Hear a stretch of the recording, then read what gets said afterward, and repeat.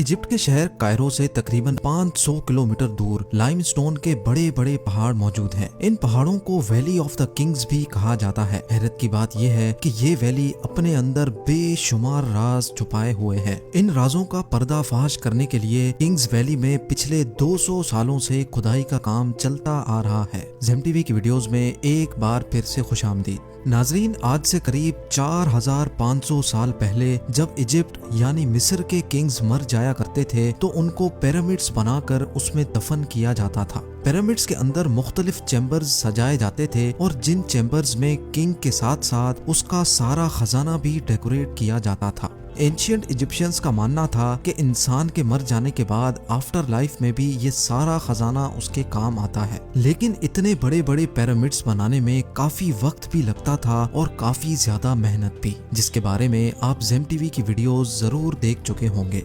Experts और researchers का मानना है कि जैसे जैसे वक्त गुजरता गया पिरामिड्स बनाने का सिलसिला खत्म होता गया और किंग्स को अब दफन करने के लिए लाइमस्टोन के इन पहाड़ों को चुना गया और इसी वजह से इस जगह को आज वैली ऑफ द किंग्स भी कहा जाता है। ऐसा माना जाता है कि एंशिएंट इजिप्ट के किंग अपने मरने से पहले ही अपना चैम्बर, अपना गोल्डन डेथ मास्क और अपना कॉफिन तैयार करवा लेता था ताकि उसके मरने के बाद उसको दफन करके चैम्बर को फौरन बंद कर दिया जाए। पिछले 200 सालों में इस वैली से 65 टूम्स डिस्कवर किए जा चुके हैं, लेकिन मिलने वाले टूम्स में से ज्यादातर के चैम्बर्स अंदर से खाली मिलते थे। एक्सपर्ट्स का मानना है कि क्योंकि सबको मालूम था कि किंग्स वैली में खजाना छुपा है, इसीलिए हजारों साल पहले बनाए गए इन चैम्बर्स को वक्फे वक्फे से लुटेरों ने ढूंढ कर लूट लिया था। खजाना तो बिल्कुल भी नहीं छोड़ा, जबकि कई चैम्बर्स में सिर्फ किंग की ममीज को छोड़ा गया। एक दिन किंग्स वैली से एक ऐसा राज मिला जिसने दुनिया भर के आर्कियोलॉजिस्ट और एक्सपर्ट्स को हैरान कर दिया था। जी हाँ, 1922 में British archaeologist Howard Carter Kings Valley में अपनी साइट पर काम कर रहे थे कि अचानक उनकी नजर सीढ़ियों जैसे एक स्टेप पर पड़ी। हैरत अंगेज तौर पे सीढ़ियों का ये स्टेप पहाड़ के अंदर जा रहा था, जिसको देखकर हॉवर्ड कार्टर से रहा नहीं गया और उसने उस जगह पर खुदाई का काम स्टार्ट कर दिया।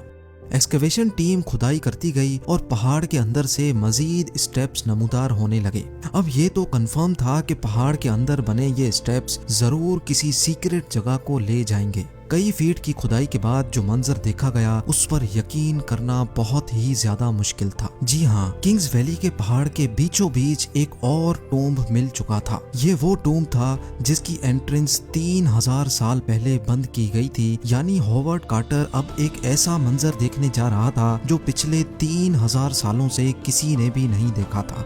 एंट्रेंस के सामने रखे पत्थरों को हटाकर जब हॉवर्ड कार्टर अंदर गया तो देखा कि पूरा चैम्बर हजारों किस्म के खजानों से भरा हुआ है। ये एक ऐसा मंजर था जो आज से पहले कभी भी नहीं देखा गया था। इस चैम्बर में पड़ी तमाम चीजें सोने से बनी हुई थी, जिसमें ज्वेलरी, स्टैचूज, चैरियट, बोट और लिनन से बने कपड़े भी शामिल थे। टूम के अंदर एक और चैम्बर भी मौजूद था जहां पर गोल्ड कॉफिन में एक ममी भी मौजूद थी, जिसको बहुत अच्छी तरह प्रिजर्व किया हुआ था। बाकी तमाम खजाने को तो छोड़ें, सिर्फ ममी का कॉफन कवर ही 90 केजी प्योर गोल्ड से बना हुआ था। साथ साथ इस बरियल चैम्बर की दीवारों पर जो पेंटिंग मौजूद थी उसके कलर्स अभी तक काफी ज्यादा ब्राइट थे। हॉवर्ड कार्टर की इस डिस्कवरी ने पूरी दुनिया के आर्कियोलॉजिस्ट्स को हैरान कर दिया था, क्योंकि किंग्स वैली में मिलने वाला ये पहला टूम्ब था जो लुटेरों की पहुंच से दूर था। ये टूम्ब तो अपनी असली हालत में मिल चुका था, लेकिन अब रिसर्चर्स और आर्कियोलॉजिस्ट के लिए ये नए सवालात भी लेकर आया था। रिसर्चर्स को ये बात समझ नहीं आ रही थी कि टूम्ब के अंदर पड़ी ममी कौन से किंग की है, बरियल चैम्बर के अंदर बनी पेंटिंग्स किस चीज का इशारा दे रही है, और किंग्स वैली में बने दूसरे टूम्ब्स को लूट लिया गया था तो आखिर ये टूम्ब लुटेरों से कैसे बच गया था। ये वो सवालात थे जिनका जानना रिसर्चर्स और आर्कियोलॉजिस्ट के लिए बहुत ज्यादा जरूरी था। लिहाजा जब टूम्ब के अंदर पड़ी ममी का डीएनए टेस्ट किया गया तो जो मालूम पड़ा उसने सबको हैरान कर दिया। जी हाँ, ममी के डीएनए टेस्ट से मालूम पड़ा कि ये बॉडी एक 18 साल के किंग की थी। जब मम्मी के डीएनए को किंग्स वैली से मिलने वाली दूसरी मम्मीज के डीएनए से मैच किया गया तो मालूम पड़ा कि इसके बाप की मम्मी टूम्ब नंबर 55 जबकि इसकी माँ की मम्मी टूम्ब नंबर 35 से मिली थी। इस किंग का नाम टूटन खामून था और अपने बाप के गुजर जाने के बाद जब ये किंग बना तब ये सिर्फ 8 सालों का था, यानी अपनी बादशाहत के सिर्फ 10 सालों के बाद 18 साल की एज में ये भी मर गया था। अब ये तो मालूम पड़ चुका था कि ये मम्मी आखिर थी किसकी, लेकिन इस डिस्कवरी से रिलेटेड दूसरे सवालात का जवाब जानने के लिए उस दौर में इतनी टेक्नोलॉजी नहीं थी। आखिरकार 1939 में 18th डायनेस्टी के किंग टूटन खामून के टूम्ब को तलाश करने वाले होवर्ड कार्टर भी इस दुनिया से चल बसे। उनके गुजर जाने के बाद टूम्ब पर रिसर्च का काम भी रुक गया, लेकिन कई सालों के बाद जब टेक्नोलॉजी का बूम आया तो टूटन खामून के टूम्ब की मिस्ट्री को सॉल्व करने के लिए एक बार फिर से रिसर्च का काम शुरू हो गया।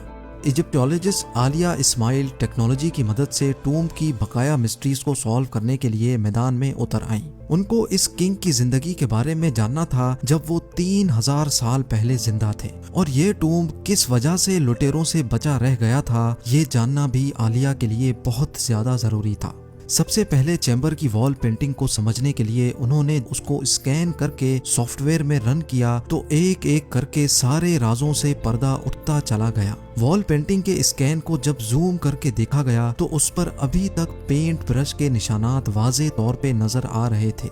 आलिया का कहना था कि ये निशानात उस वक्त जाहिर होते हैं जब गीले प्लास्टर पर पेंट ब्रश चलाया जाए, क्योंकि ये चैम्बर 26 फीट पहाड़ के अंदर बना हुआ है और यहाँ हवा की क्रॉसिंग का भी कोई जरिया मौजूद नहीं है। इसी वजह से ये समझा जा रहा है कि जब ये पेंटिंग की गई थी उस वक्त दीवार पर लगाया जाने वाला प्लास्टर गीला था। शायद उनके पास वक्त बहुत कम था, तभी गीले प्लास्टर पर ही पेंटिंग का काम शुरू कर दिया था। लेकिन एक बात समझ नहीं आ रही थी, इतना ज्यादा डेकोरेटेड और इतनी ज्यादा मेहनत से खोद कर बनाया जाने वाला ये टूम्ब आखिर ऐसा भी क्या हुआ था जो उनके पास इतना टाइम भी नहीं था कि प्लास्टर के सूखने का वेट करते। ये जानने के लिए एक बार फिर से मम्मी के डीएनए टेस्ट पर नजर दौड़ाई गई, लेकिन इस बार जो चीज सामने आई वो वाकई बहुत ही बड़ी डिस्कवरी थी। लेटेस्ट डीएनए रिपोर्ट से मालूम पड़ा कि जिस वक्त किंग टूटन खामून मरा था उस वक्त वो था तो सिर्फ 18 साल का, लेकिन वो एक ही वक्त में कई बीमारियों से गुजर रहा था। उसका लेफ्ट पाँव काम नहीं करता था, उसकी बैक बोन भी टेढ़ी थी और उसको कई बार मलेरिया का अटैक भी हो चुका था। डॉक्टर्स का मानना है कि शायद उसकी मौत भी अचानक मलेरिया की वजह से ही हुई थी, और शायद इसी वजह से टूम्ब बनाने वालों के पास टाइम कम था क्योंकि उनके किंग की अचानक मौत हुई थी। लेटेस्ट डीएनए रिपोर्ट से ये भी मालूम पड़ा कि किंग का बाप और उसकी माँ दोनों आपस में सगे बहन भाई थे। लेटेस्ट मेडिकल साइंस के मुताबिक जब सेम ब्लड रिलेशन वाले आपस में शादी करते हैं तो उनके बच्चों में पैदाइशी बीमारियां पड़ने का चांस भी बहुत ज्यादा बढ़ जाता है। टूटन खामून का टूम्ब किंग्स वैली में मौजूद दूसरे टूम्ब्स की तरह लुटेरों के हाथ क्यों नहीं लगा था? जब 1922 में हॉवर्ड कार्टर ने ये टूम्ब तलाश किया था तब टूम्ब की एंट्रेंस पर बहुत सारे पत्थर पड़े थे। पत्थरों का ये मलबा यहाँ से मिलने वाले दूसरे टूम्ब्स की एंट्रेंस पर मौजूद नहीं था, इसी वजह से शायद लुटेरों को ये टूम्ब नजर नहीं आया। लेकिन अगर ये पत्थर दूसरे टूम्ब्स की एंट्रेंस पर नहीं थे तो ये टूटन खामून की टूम्ब पर आए कैसे? ये जानने के लिए जरूरी था कि इस जगह को ड्रोन की मदद से एनालाइज किया जाए। आलिया इस्माइल और उनकी टीम ने जब ड्रोन फुटेज देखी तो उनको पहाड़ पर पानी के गुजरने की जगह नजर आई। ऐसा मालूम होता था कि इस जगह से किसी दौर में पानी गुजरा करता था। एक्सपर्ट्स का कहना है कि अर्थक्वेक्स की वजह से पहाड़ों से गिरने वाले पत्थर यहाँ से गुजरने वाले पानी के प्रेशर से बहकर टूम्ब की एंट्रेंस पर जमा हो गए थे और इसी वजह से टूटन खामून के टूम्ब की एंट्रेंस पूरी तरह से ब्लॉक हो चुकी थी। उम्मीद है जेम टीवी का ये एपिसोड भी आप लोग भरपूर लाइक और शेयर करेंगे। आप लोगों के प्यार भरे कमेंट्स का बेहद शुक्रिया। मिलते हैं अगली शानदार वीडियो में।